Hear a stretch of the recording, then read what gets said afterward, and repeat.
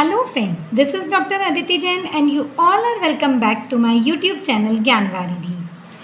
आज की हमारी इस वीडियो में हम रॉबर्ट गेने के द्वारा दी गई थियरी ऑफ लर्निंग को डिस्कस करेंगे। ये बहुत इम्पॉर्टेंट है और आपके जो एजुकेशन से रिलेटेड एग्ज़ाम्स हैं उनमें मोस्टली इससे रिलेटेड क्वेश्चंस मिल जाते हैं। सो इस वीडियो को ध्यान से पढ़ेंगे। So first of all the propounder of this theory is Robert गेने। रॉबर्ट गेने का मानना ये था कि लर्निंग जो है उसको सिंपल या जनरल प्रिंसिपल्स के बेसिस पर डिस्क्राइब नहीं किया जा सकता है। उसके लिए उस सिचुएशन का अवलोकन करना ज़रूरी है जिस सिचुएशन में वो लर्निंग हुई है। रॉबर्ट गेने ने लर्निंग को 8 कैटेगरीज में अरेंज किया और ये कैटेगरीज जो थी वो हायरार्किकल ऑर्डर में थी। हायरार्किकल मतलब एक के बाद एक चलने वाले क्रम में थी। सिंपल टू कॉम्प्लेक्स वो रन करती थी एंड इसका जो प्रेजेंटेशन उन्होंने दिया that was in a triangular figure. Triangular figure means यहाँ पर जो कॉमनली अगर हम बात करें तो सिंपल जो हमारी पहली लर्निंग की स्टेज है दैट इज़ स्पेसिफिक रिस्पॉन्डिंग या सिग्नल लर्निंग, वो नॉर्मली सभी लोगों में होती है। उसके बाद सेकंड, थर्ड इस तरह से करते हुए जब हम ऊपर की साइड मूव करते हैं तो जो हमारा हाईएस्ट कॉग्निटिव लेवल है तो वो बहुत कम ही लोगों में पाई जाती है। तो इन्होंने इसको हायरार्किकल ऑर्डर में दिया जो सिंपल टू कॉम्प्लेक्स की तरफ मूव करता है और ये माना है कि जो हायर ऑर्डर की लर्निंग है वो डिपेंड करती है मास्टरी ऑफ लोअर लेवल में। मतलब जब तक आप इस लेवल पे मास्टरी गेन नहीं कर लेते तब तक आप इस लेवल को नहीं मूव कर पाएंगे, यहाँ तक नहीं पहुँच पाएंगे। और इस लेवल पर थर्ड लेवल पे आने के लिए सेकेंड लेवल की मास्टरी ज़रूरी है। इसी तरह फोर्थ लेवल पे आने के लिए थर्ड लेवल की मास्टरी होना ज़रूरी है। Now let us discuss the categories that have been described by Robert Gagne. First category उन्होंने जो बताई है वो है स्पेसिफिक रिस्पॉन्डिंग या सिग्नल लर्निंग। ये जो हमारी कैटेगरी है this belongs to classical conditioning. आपको याद होगा क्लासिकल कंडीशनिंग का जो कंसेप्ट है वो इवान पी पैवलोव ने दिया है और उनका मानना ये है कि कोई भी स्पेसिफिक स्टिमुलस जब हम बच्चे को देते हैं तो वो उसके कॉन्ट्ररी रिस्पॉन्ड करता है और इसको हम सिग्नल लर्निंग या स्पेसिफिक रिस्पॉन्डिंग भी कहते हैं रॉबर्ट गेने की लैंग्वेज में।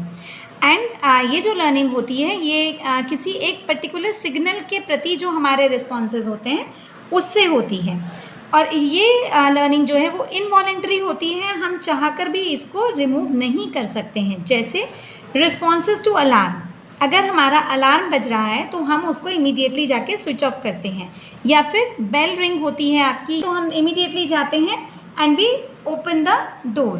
सो दीज थिंग्स आर इनवॉलेंटरी। इसको हमें सीखना या सिखाना नहीं पड़ता है, ये हमारे हैबिट में अपने आप डेवलप हो जाती है। Next is stimulus response learning. Stimulus response learning जो है वो थॉर्नडाइक की ट्रायल एंड एरर लर्निंग से रिलेटेड है। थॉर्नडाइक के अनुसार ये कहा जाता था कि जो भी एक्टिविटी हम किसी बच्चे को सिखा रहे हैं वो डिपेंड करती है उसके ट्रायल एंड एरर पे।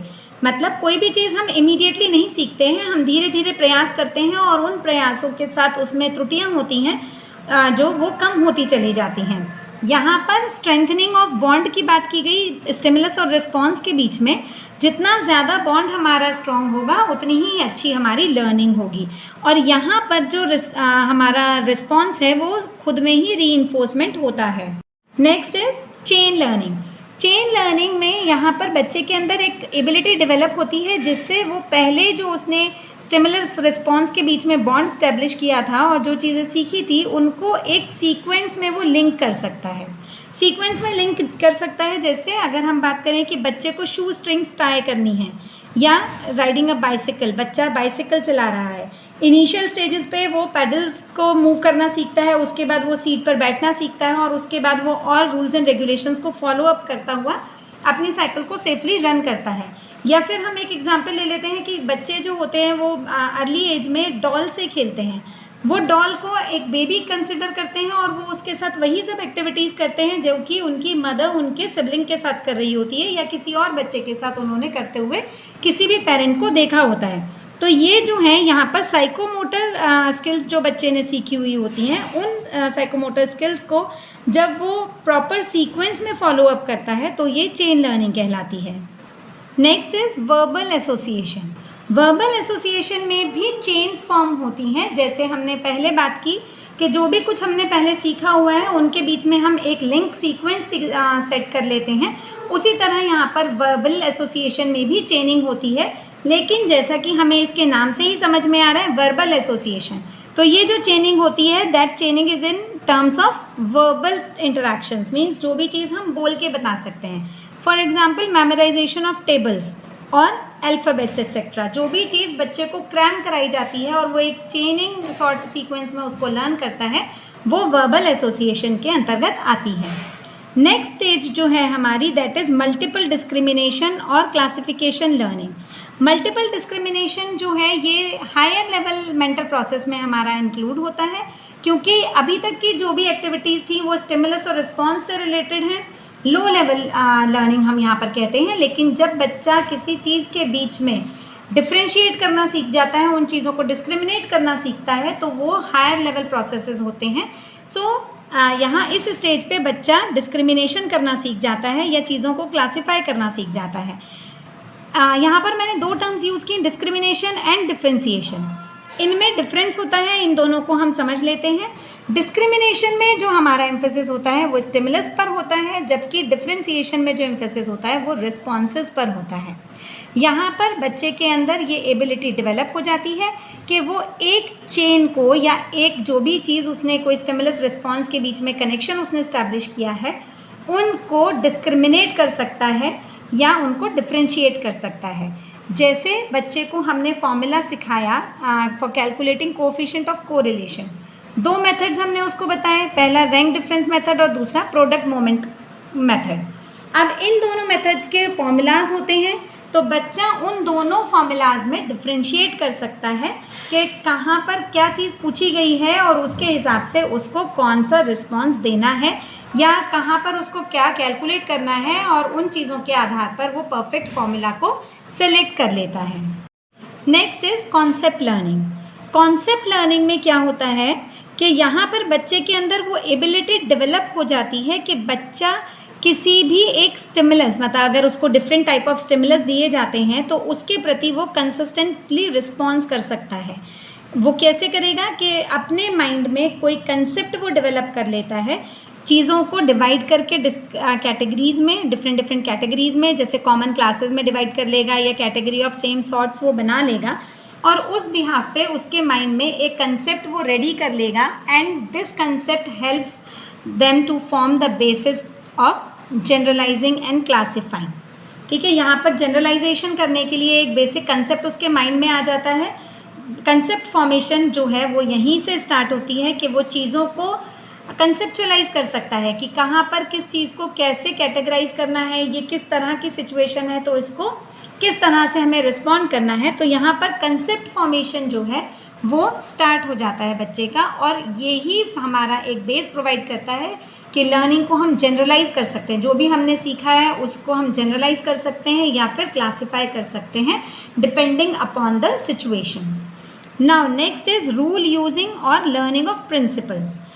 ये अगेन हमारी हाई लेवल कॉग्निटिव प्रोसेस है, और not only high, it is very high level cognitive process that involves the ability to learn relationships between concepts. अभी इससे पहली जो स्टेज है उसमें हम लोगों के माइंड में कंसेप्ट्स बनने स्टार्ट हुए, उन कंसेप्ट्स के बिहाफ पे हमने चीज़ों को कैटेगराइज करना स्टार्ट किया, एक अलग अलग ग्रुप्स में उनको डिवाइड किया और उन ग्रुप्स के आधार पर हमने उनके लिए रिस्पॉन्स करना शुरू किया।